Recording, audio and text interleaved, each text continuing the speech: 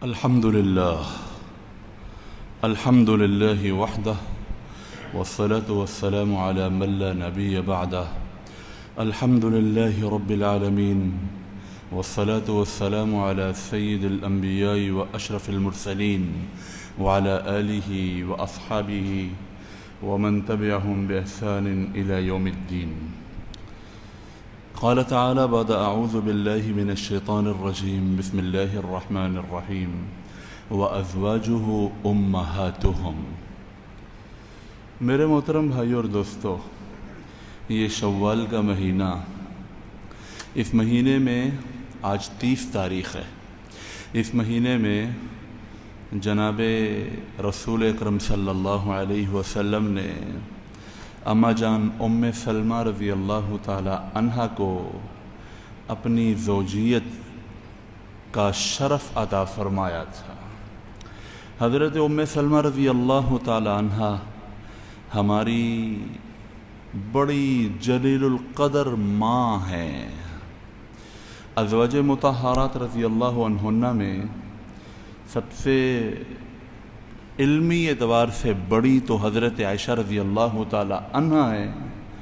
ان کے بعد ازواج رسول صلی اللہ علیہ وسلم میں سب سے بڑی فقیہہ، سب سے بڑی علمی شخصیت ام سلمہ رضی اللہ تعالی عنہا کی ہے. بہت بڑا مقام پایا. حضور صلی اللہ علیہ وسلم کے اعلان نبوت سے 9 سال پہلے پیدا ہوئی اور ان کے والد، ان کا نام تھا ابو امیہ.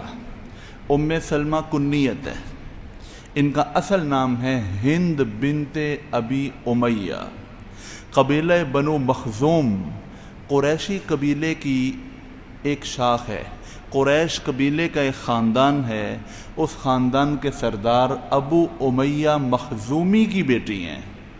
اور ابو امیہ اتنے فیاض اور سخی تھے کہ جب وہ قافلے کے ساتھ کہیں سفر پہ جاتے تھے تو سارے قافلے والوں کو کھانا کھلاتے تھے، ان کی ضروریات کو پورا کرتے تھے. تو اس وجہ سے ان کا نام پڑ گیا تھا زاد الراکب، کہ سفر کرنے والوں کے لیے توشہ. سب کا وہ خرچہ اٹھایا کرتے تھے.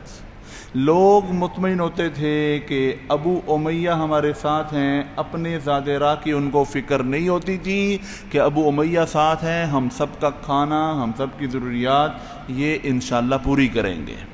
ان کی بیٹی ہیں ہند بنت ابی امیہ، اور بعد میں ان کی کنیت اور لقب پڑ گیا ام سلمہ رضی اللہ تعالی عنہا. جب یہ بڑی ہوئی تو ان کی شادی جناب عبداللہ، ان کا نام تھا جناب عبداللہ، ان کے میاں کا نام، جن کو ابو سلمہ کہا جاتا ہے، جناب عبداللہ، ان کے ساتھ ان کی شادی ہو گئی. اور وہ ابو سلمہ، یہ ام سلمہ رضی اللہ تعالی عنہما ابتدائی اسلام میں مسلمان ہو گئے. یہ دونوں شادی شدہ تھے اور حضور صلی اللہ علیہ وسلم بنو ارقم کے گھر کے اندر، بنی ارقم کے گھر میں بیٹھے ہوئے تھے، تشریف فرما تھے کہ ابو سلمہ اور ام سلمہ یہ دونوں حضور صلی اللہ علیہ وسلم کی خدمت میں حاضر ہوئے. اور یہ جو عبداللہ ہیں، جو ام سلمہ کے سابقہ میاں تھے، یہ حضور صلی اللہ علیہ وسلم کی پھوپھی کے بیٹے ہیں. اور ان کے جو والد ہیں وہ حضور صلی اللہ علیہ وسلم، بلکہ یہ خود حضور صلی اللہ علیہ وسلم کے رضائی بھائی بھی ہیں. اور حضور صلی اللہ علیہ وسلم وہاں بیٹھے ہوئے تھے. یہ ابو سلمہ اور ام سلمہ رضی اللہ تعالی عنہما دونوں حضور صلی اللہ علیہ وسلم کی خدمت میں حاضر ہوئے، اور آپ صلی اللہ علیہ وسلم نے ان کو اسلام کی دعوت دی کہ مسلمان ہو جاؤ، اور ان کو قرآن پاک کی آیات پڑھ کے سنائیں.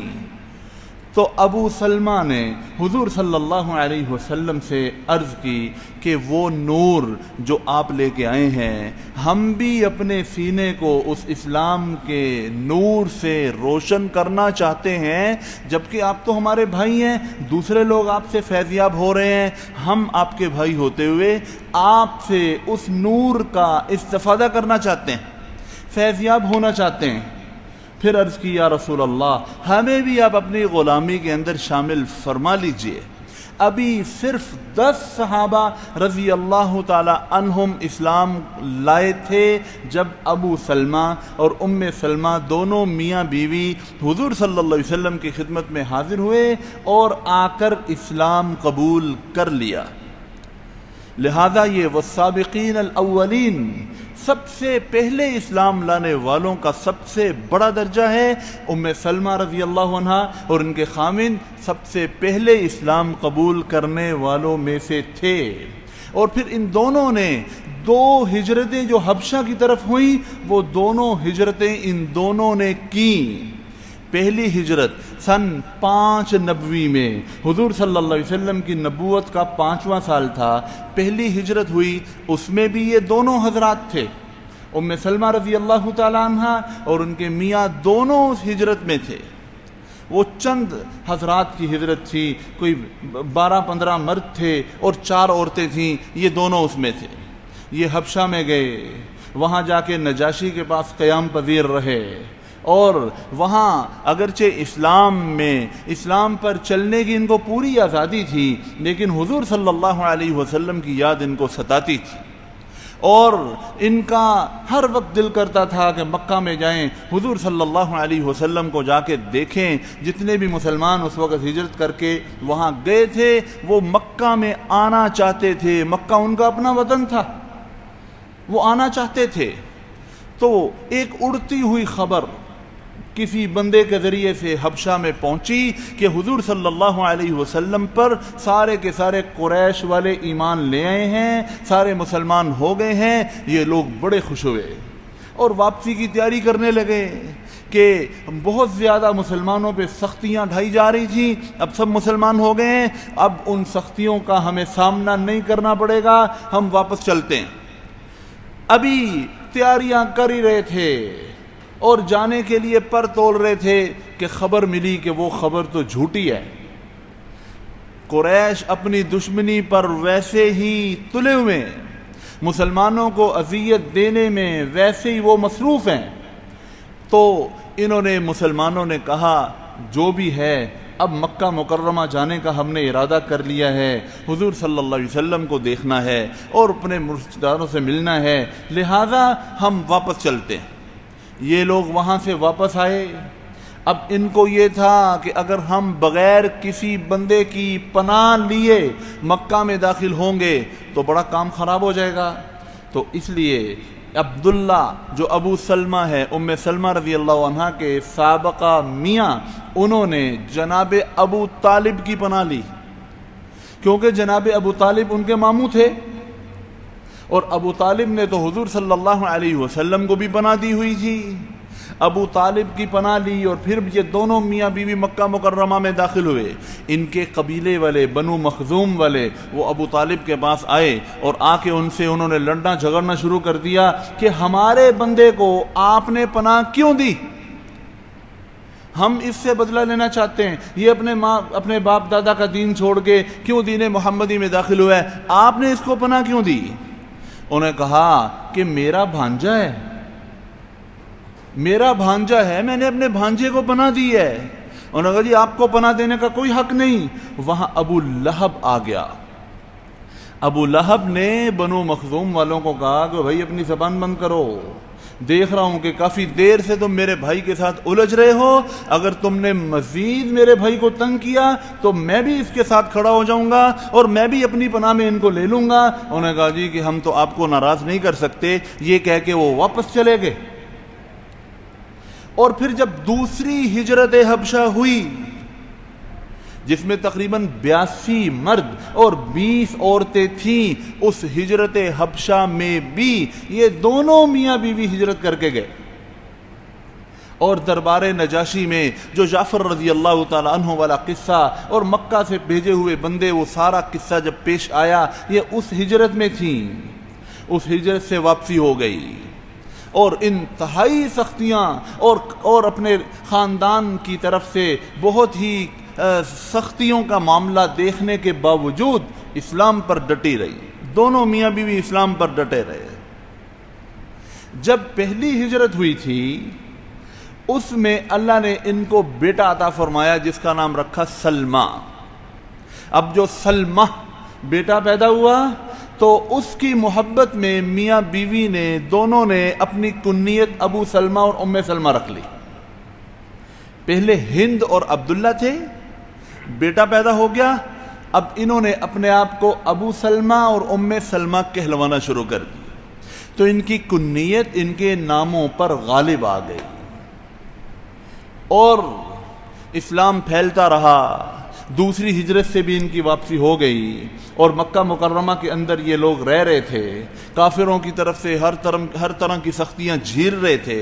پھر سن 13 نبوی میں، نبوت کے 13ویں سال، حضور صلی اللہ علیہ وسلم نے صحابہ رضی اللہ عنہم کو مدینہ ہجرت کا حکم دیا۔ صحابہ ہجرت کر کے مدینہ منورہ جانا شروع ہوئے تو سب سے پہلے ہجرت کرنے والے یہی ابو سلمہ تھے، اور ان کے ساتھ ایک عامر بن ربیعہ تھے، اور ابو سلمہ کی بیوی جناب ام سلمہ رضی اللہ تعالی عنہا تھی۔ سب سے پہلے انہوں نے ہجرت کا ارادہ کیا۔ جب یہ ہجرت کرنے کے لیے نکلنے لگے تو ام سلمہ کے خاندان والوں کو پتہ لگ گیا کہ ہماری بیٹی کو ابو سلمہ لے کے جا رہے ہیں۔ وہ آگے اور انہوں نے آ کے اونٹ کی نکیل پکڑ لی، انہوں نے کہا ہم تمہیں اجازت نہیں دیں گے کہ تم ہماری بیٹی کو اپنے ساتھ مدینے لے کے جاؤ۔ انہوں نے کہا میری بیوی ہے، میں اس کو لے کے جانا چاہتا ہوں۔ انہوں نے کہا ہرگز ہم اجازت نہیں دیں گے۔ اونٹ کی نکیل پکڑی، ام سلمہ رضی اللہ تعالی عنہا کو زبردستی اپنے قبضے میں لیا اور کہا کہ آپ نے اگر جانا ہے تو اکیلے جاؤ، ہم اپنی بیٹی کو چھوڑنے والے نہیں ہیں۔ ام سلمہ اور ان کا ایک بیٹا جو ان کی گود میں تھا سلمہ رضی اللہ تعالیٰ عنہ، یہ الگ رہ گئے اور جناب ابو سلمہ ہجرت کر کے مدینے چلے گئے۔ اب جب ابو سلمہ کے خاندان والوں کو پتہ لگا کہ ہماری بیٹی ہمارے بیٹے کو اکیلے جانے دیا ہے اور ہماری جو بہو ہے اس کو جانے نہیں دیا، وہ آئے اور ان کا بیٹا سلمہ وہ بھی ان سے چھین لیا کہ جب ہمارے بیٹے کے ساتھ تم نے اپنی بیٹی کو نہیں چھوڑا تو ہم بھی اپنے بیٹے کے بیٹے کو تمہارے پاس نہیں چھوڑیں گے۔ اب ام سلمہ رضی اللہ عنہ اکیلی رہ گئی۔ وہ فرماتی ہیں کہ وہ ایک سال بڑی مشقت والا، رونے دھونے والا سال تھا۔ فرماتی ہیں کہ میرا بیٹا بھی مجھ سے چھن گیا، میرے میاں ہجرت کر کے چلے گئے، اور پورے خاندان میں اور قبیلے میں کوئی مجھے پوچھنے والا نہیں ہے۔ میرا گھر میں دل نہیں لگتا تھا، میں صحرا کے اندر باہر نکل جاتی تھی اور سارا دن رو رو کے گزارتی تھی، اپنے میاں کو یاد کرتی، اپنے بیٹے کو یاد کرتی، سارا دن رو رو کے گزارتی تھی۔ ایک سال ایسے گزر گیا، اور میرا ایک کزن تھا، چچا زاد بیٹا، چچا زاد بھائی، وہ اس کو میرے اوپر رحم آیا، اس نے بات چلائی، اس نے ہمارے خاندان والوں سے کہا کہ اس بیچاری پہ کیا تم نے اتنا ظلم شروع کیا ہوا ہے؟ ایک تو اس کا میاں چلا گیا اور اس کے خاندان والے اس کا بیٹا بھی چھین کے لے گئے، اس کو میاں اور بیٹے سے جدا کر کے رکھا ہوا ہے۔ تو لہٰذا انہوں نے کہا کہ چلو ٹھیک ہے، ہم اس کو اس کے میاں کے پاس جانے کی اجازت دیتے ہیں۔ اور جب ابو سلمہ کے گھر والوں کو پتہ لگا کہ اجازت دے دی ہے تو انہوں نے آ کے بچہ بھی ان کے حوالے کر دیا۔ ام سلمہ رضی اللہ عنہ کہتی ہیں کہ میں اکیلی ایک اونٹ پر سوار ہو کر مدینہ منورہ کے لیے نکل کھڑی ہوئی، تقریباً 4 میل چلی۔ تنعیم کے مقام پر عثمان بن طلحہ سے ملاقات ہوگی، یہ بعد میں مسلمان ہوئے، یہ وہ ہیں جن کے پاس خانہ کعبہ کی چابی تھی۔ عثمان بن طلحہ سے ملاقات ہوئی، ان کو پتہ تھا کہ یہ ام سلمہ ہیں کیونکہ ابو سلمہ سے ان کی بہت دوستی تھی۔ پوچھا کہاں جا رہی ہیں؟ اکیلی جا رہی ہیں؟ کہا اپنے میاں کے پاس مدینہ جا رہی ہوں. انہوں نے کہا تمہارے ساتھ کوئی مرد نہیں ہے؟ انہوں نے کہا میرے ساتھ صرف اللہ ہے اور میرا یہ بیٹا ہے. انہوں نے کہا اکیلے جانا مناسب نہیں. میرے اونٹ کی نکیل پکڑی اور آگے آگے چلنا شروع ہو گئے اور مدینہ تک چھوڑ کے آئے. فرماتی ہیں کہ میں نے اپنی زندگی میں عثمان بن طلحہ جیسا شریف آدمی نہیں دیکھا. پورے راستے میں ایک دفعہ نظر اٹھا کے میری طرف نہیں دیکھا. اور جب کہیں قیام کرنا ہوتا تھا اونٹ کو بٹھا کر دور جا کے درخت کی اوٹ میں کھڑے ہو جاتے تھے, میں اترتی تھی. اور جب کہیں جانا ہوتا تھا وہ آرام بھی کسی دور درخت کے نیچے کرتے تھے. جب جانا ہوتا تھا تو اونٹ پر کجاوا رکھ کے اونٹ میرے قریب لا کے کھڑے کر دیتے تھے. میں سوار ہو جاتی تھی تو پھر آگے چل پڑتے تھے. اور جب قبا کی بستی نظر آ گئی تو کہنے لگے تمہارے میاں اسی بستی کے اندر ہیں, جاؤ جا کے ان سے مل لو. اور سلام کر کے واپس آ گئے. بعد میں یہ مسلمان ہوئے. ایسے شریف آدمی. اب یہ اپنے میاں سے جا کے ملی اور خوشی کی کوئی انتہا نہیں تھی. 1 سال کی ایسی جدائی, کوئی کسی قسم کے رابطے کی شکل نہیں. بیٹے سے بھی جدا, میاں سے بھی جدا. پہلے سفر کے شروع میں بیٹا مل گیا, اب میاں. اب بڑی زبردست زندگی گزارنی شروع کی. ابو سلمہ رضی اللہ تعالی عنہ نے غزوہ بدر میں شرکت کی اور اپنی بہادری کے جوہر دکھائے. غزوہ احد میں شرکت کی. غزوہ احد میں ان کے بازو پر ایک تیر آ کے لگا. وہ تیر ایک ایسا زخم اختیار کر گیا کہ وہ اندر ہی اندر اس کا زہر گویا پھیلنا شروع ہوا.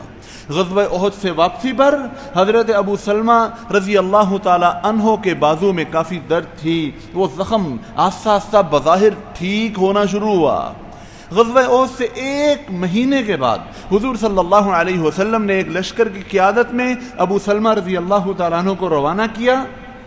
ابو سلمہ وہاں فتح یاب ہو کے بغیر لڑائی کے کافی مال غنیمت لے کے مدینہ منورہ واپس آئے. حضور صلی اللہ علیہ وسلم کی خدمت میں پیش کیا. آپ بڑے خوش ہوئے, لیکن ان کا وہ زخم وہ دوبارہ بگڑ گیا اور تھوڑے دن بعد جناب ابو سلمہ رضی اللہ تعالی عنہ کا انتقال ہو گیا. اب ام سلمہ رضی اللہ تعالیٰ عنہ اکیلی ہیں اور ان کا بیٹا ہے, بلکہ اللہ نے اور بھی اولاد عطا فرما دی. اسی زمانے میں 4 بچے تھے, 2 بیٹے 2 بیٹیاں. ام سلمہ رضی اللہ تعالی عنہا اپنا ایک واقعہ بیان کرتی ہیں کہ ایک دفعہ حضور صلی اللہ علیہ وسلم نے ہم نے حدیث سنی کہ جو شخص اپنی بیوی کے ساتھ اسلام میں داخل ہوا, دونوں مسلمان تھے, ان میں سے ایک کا انتقال ہو گیا اور عورت نے دوسری شادی نہیں کی یا مرد نے دوسری شادی نہیں کی, تو ان دونوں کو اللہ جنت میں اکٹھا کرے گا. ام سلمہ کہتی ہیں کہ میں نے ابو سلمہ سے کہا کہ اگر میں پہلے فوت ہو گئی آپ نے دوسری شادی نہیں کرنی, اگر آپ فوت ہو گئے میں نے دوسری شادی نہیں کرنی, کیونکہ ہم جنت میں بھی اکٹھا رہنا چاہتے ہیں. ابو سلمہ نے کہا میں تمہیں ایک مشورہ دوں. انہوں نے کہا جی آپ کی میری ایک بات مانو گی؟ انہوں نے کہا آپ کی بات ماننے کے لیے تو آپ سے مشورہ کیا ہے, میری بات مانو, اگر میں پہلے چلا جاتا ہوں تم دوسری شادی ضرور کر لینا. تو کہا ٹھیک ہے جیسے آپ کا حکم.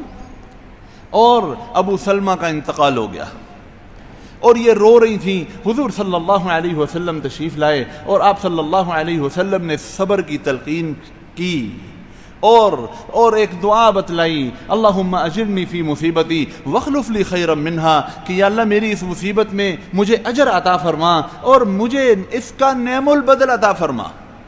کہتی یہ دعا حضور صلی اللہ علیہ وسلم نے بتائی کہ نعم البدل عطا فرما, لیکن میں سوچتی تھی ابو سلمہ سے اچھا بھی کوئی ہو سکتا ہے, اس سے بہترین رشتہ بھی کوئی مجھے مل سکتا ہے, ایسا عالی شان کردار, ایسے اچھے اخلاق. چند دن بعد حضرت ابو بکر صدیق رضی اللہ تعالی عنہ نے رشتہ بھیجا. جب ان کی عدت ختم ہو گئی فرماتی ہیں میں نے انکار کر دیا. بعض روایات میں آتا ہے سیدنا عمر رضی اللہ عنہ نے رشتہ بھیجا, انہوں نے بھی بھیجا, انہوں نے انکار کر دیا. اور اس کے چند دن بعد حضرت عمر حضور صلی اللہ علیہ وسلم کا نکاح کا پیغام لے کے ان کے پاس آ گئے, کیونکہ حضرت عمر کی یہ رشتہ دار تھیں. انہوں نے کہا کہ میرے تو مزاج میں بہت حساسیت ہے اور میرے بچے بھی ہیں, ان کو بھی سنبھالنا ہے, اور میری عمر بھی کچھ بڑھ چکی ہے, اور بعض دفعہ مجھ سے کوئی چیز برداشت نہیں ہوتی. یہ خیال تھا کہ اتنے بڑے گھر کے اندر حضور صلی اللہ علیہ وسلم کی بیوی بننا کوئی آسان کام نہیں ہے. حضور صلی اللہ علیہ وسلم نے تسلی دی کہ تمہارے بچوں کا خیال میں بھی رکھوں گا, اللہ ہی ان کو پالے گا, اور باقی جو تمہارا مزاج ہے دعا کروں گا اللہ اس کو ٹھیک کر دے گا. تو خیر حضرت ام سلمہ کا نکاح حضور صلی اللہ علیہ وسلم کے ساتھ شوال کے مہینے میں ہوا, اور حضور صلی اللہ علیہ وسلم کی بہت خدمت کیا کرتی تھی. حضور صلی اللہ علیہ وسلم نے ام سلمہ رضی اللہ تعالی عنہا کو زینب رضی اللہ تعالی عنہا والے گھر رکھا. اس گھر کے اندر حضور صلی اللہ علیہ وسلم کے ساتھ رہتی تھیں, اور آپ صلی اللہ علیہ وسلم کی احادیث کو سن سن کر امت تک پہنچایا. وہ تقریباً 300 حدیثیں ہیں, 350 حدیثیں جو حضرت ام سلمہ رضی اللہ تعالی عنہا نے حضور صلی اللہ علیہ وسلم کی امت تک پہنچائی ہیں. اور سفر میں حضور صلی اللہ علیہ وسلم کے ساتھ آنا جانا ہوتا تھا. اور ان کا ایک سفر حدیبیہ کا, جو حضور صلی اللہ علیہ وسلم نے سن 6 ہجری میں حدیبیہ تشریف لائے تھے, عمرے کی غرض سے تشریف لائے تھے, اور حدیبیہ پر روک دیے گئے تھے سن 6 ہجری میں. یہ ام سلمہ رضی اللہ تعالیٰ عنہ ساتھ تھی. اور آپ لوگوں کو معلوم ہوگا کہ حضور صلی اللہ علیہ وسلم عمرے کی غرض سے تشریف لائے. صحابہ رضی اللہ تعالیٰ عنہم کو 6 سال ہو گئے ہیں, انہوں نے مکہ مکرمہ سے جو ہے مدینہ ہجرت کی ہوئی ہے, اور مکہ کی یاد میں ہر وقت تڑپ رہے ہیں. جب انہوں نے دیکھا, حضور صلی اللہ علیہ وسلم نے خواب دیکھا ہے کہ میں اور میرے صحابہ نے اپنے سر منڈوائے ہیں, تو وہ فوراً عمرے کے لیے تیار ہو گئے تھے, اور حضور صلی اللہ علیہ وسلم کی معیت میں عمرہ کرنے کے لیے چل دیے تھے. اب خانہ کعبہ کو دیکھنے کا شوق دل میں ٹھاٹھے مار رہا ہے, لیکن کفار مکہ آڑے آ گئے, اور کفار مکہ نے آ کر کہا کہ آپ ابھی یہاں سے واپس جائیں گے ورنہ یہاں لڑائی ہو سکتی ہے. حضور صلی اللہ علیہ وسلم نے چند شرائط پر ان کے ساتھ صلح فرما لی, اور لڑائی پر صلح کو ترجیح دی, اور وہیں حضور صلی اللہ علیہ وسلم نے قیام فرما لیا, مکہ مکرمہ میں داخل نہیں ہوئے. حضور صلی اللہ علیہ وسلم کا کافروں کے ساتھ صلح کرنا صحابہ رضی اللہ تعالی عنہم پر اس اعتبار سے بہت شاق گزرا کہ وہ تو خانہ کعبہ کی زیارت کے لیے آئے تھے اور پورے یقین کے ساتھ آئے تھے. حضور صلی اللہ علیہ وسلم نے صحابہ رضی اللہ تعالی عنہم سے فرمایا کہ اپنے اپنے سر منڈوا دو, احرام کھول دو, یہیں سے ہم نے واپس جانا ہے. ایک دفعہ فرمایا, صحابہ رضی اللہ تعالیٰ عنہم اس امید پر تھے کہ شاید کوئی اور حکم آ جائے اور شاید مکہ مکرمہ کی طرف جانے کا فیصلہ ہو جائے, کوئی نہیں اٹھا.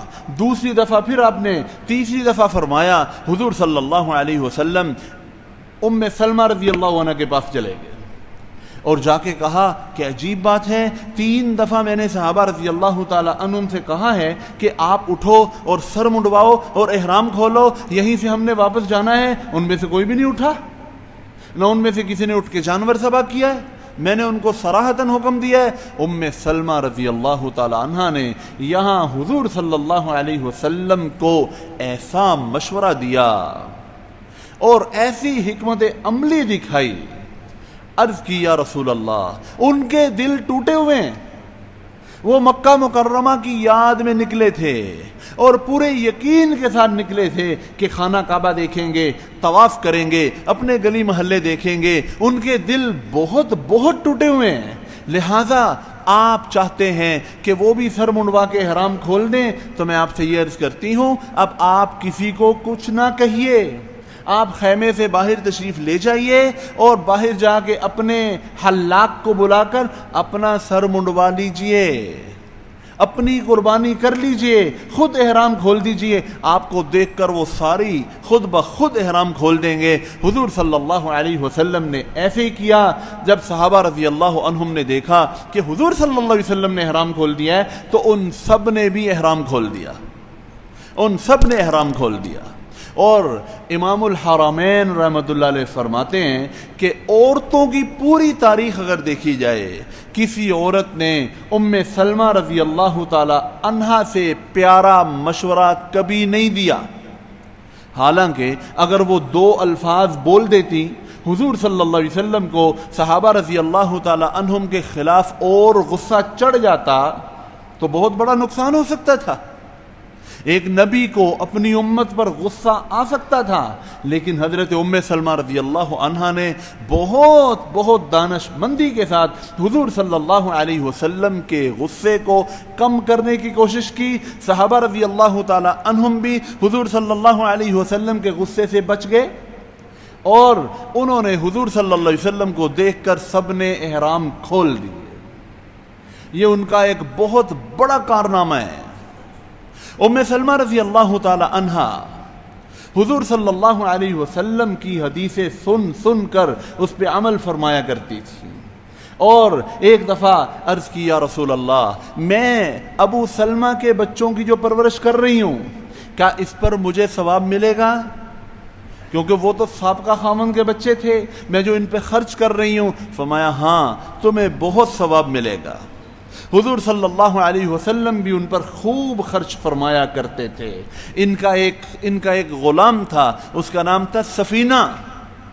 انہوں نے اپنے غلام کو اس شرط پر آزاد کیا کہ سفینہ میں تجھے آزاد کرتی ہوں، شرط یہ ہے کہ تو نے ساری زندگی حضور صلی اللہ علیہ وسلم کی خدمت کرنی ہے. سفینہ رضی اللہ تعالیٰ عنہ کہتے ہیں کہ اگر میری آقا ام سلمہ رضی اللہ عنہ نے یہ شرط نہ بھی لگائی ہوتی تو بھی میں نے حضور صلی اللہ علیہ وسلم کی خدمت کرنی تھی. تو وہ سفینہ بھی ساری زندگی حضور صلی اللہ علیہ وسلم کی خدمت کرتے رہے ہیں. حضور صلی اللہ علیہ وسلم کی ازواج مطہرات میں سب سے آخر میں جناب ام سلمہ رضی اللہ تعالی عنہا کا انتقال ہوا. بعض فرماتے ہیں سن 59 ہجری میں فوت ہوئی ہیں، بعض کہتے ہیں سن 62، بعض کہتے ہیں سن 63 ہجری میں. اس وقت ان کی عمر مبارک 84 سال تھی. ساری ازواج مطہرات رضی اللہ عنہن انہی کی زندگی کے اندر وفات پائی ہیں. حضرت ابن عباس رضی اللہ تعالی عنہ جیسے جلیل القدر صحابی، حضرت ابو ہریرہ اور بڑے بڑے صحابہ، وہ آ کر جس طرح حضرت عائشہ رضی اللہ تعالی عنہ سے مسئلے پوچھتے تھے، اس طرح ام سلمہ رضی اللہ تعالی عنہ سے بھی مسئلے پوچھا کرتے تھے. امت کی بہت بڑی فقیہہ ہیں. علماء نے لکھا ہے کہ ام سلمہ رضی اللہ تعالی عنہا نے جتنے فتوے دیے، اگر ان فتووں کو جمع کیا جائے تو ایک کتاب بن سکتی ہے. اتنی بڑی عالمہ ہیں. اور قرآن پاک تو بالکل ویسے پڑھتی تھیں، اس لہجے میں جس لہجے میں حضور صلی اللہ علیہ وسلم تلاوت کرتے تھے، اسی لہجے میں. حتیٰ کہ بعض دفعہ صحابہ رضی اللہ تعالی عنہم جو آتے تھے اور آ کے پوچھتے تھے، سوالات پوچھتے تھے کہ حضور صلی اللہ علیہ وسلم قرآن پاک کیسے پڑھا کرتے تھے، تو حضور صلی اللہ علیہ وسلم کے لہجے میں پڑھ کے سنایا کرتی تھی کہ حضور صلی اللہ علیہ وسلم اس لہجے میں قرآن پاک پڑھا کرتے تھے. اور ہر وقت حضور صلی اللہ علیہ وسلم کی خدمت کے جذبے سے سرشار ہوتی تھیں. فرماتی ہیں حضور صلی اللہ علیہ وسلم کا جب انتقال ہوا، میں نے حضور صلی اللہ علیہ وسلم کے سینے پر ہاتھ رکھا، اور پھر جب میں نے اس ہاتھ کو اٹھایا، اپنے ہاتھ کو اٹھایا، تو میرے ہاتھ سے مشک کی خوشبو کافی ہفتوں تک آتی رہی. آپ صلی اللہ علیہ وسلم کو سپرد خاک کر دیا گیا تھا، آپ دنیا سے پردہ فرما گئے تھے. کئی ہفتے تک میں وضو بھی کرتی تھی، کھانا بھی بناتی تھی، سارے کام کرتی تھی، لیکن میرے اس ہاتھ سے جو میں نے آقا صلی اللہ علیہ وسلم کے سینے پر رکھا تھا وہ خوشبو جاتی نہیں تھی. کافی عرصے تک میرے ہاتھ سے وہ خوشبو آتی رہی.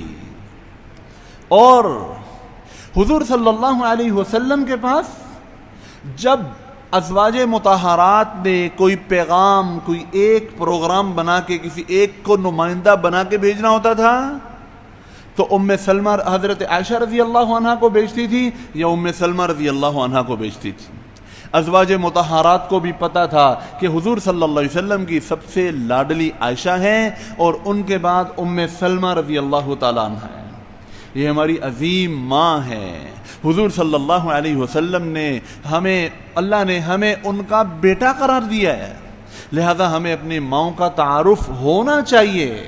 ہم سب کو حضور صلی اللہ علیہ وسلم کے گھرانے کا اچھی طرح تعارف ہونا چاہیے کہ حضور صلی اللہ علیہ وسلم کی کون کون سی ازواج مطہرات ہیں اور ان کی کیا کیا زندگی ہے، اس کے بارے میں ہمیں موٹی موٹی معلومات ہونی چاہیے، کیونکہ یہ شوال کا مہینہ تھا، اس میں جناب ام سلمہ کا نکاح حضور صلی اللہ علیہ وسلم سے ہوا تھا، تو جی میں آیا ام سلمہ رضی اللہ تعالیٰ عنہ کا کچھ تعارف ہو جائے۔ اللہ تعالیٰ ہمیں اس عظیم رشتوں کی قدر کرنے کی توفیق عطا فرمائے اور صحیح معنی میں ان کے روحانی بیٹے بن کر زندگی بسر کرنے کی توفیق عطا فرمائے۔ وآخر دعوانا الحمدللہ۔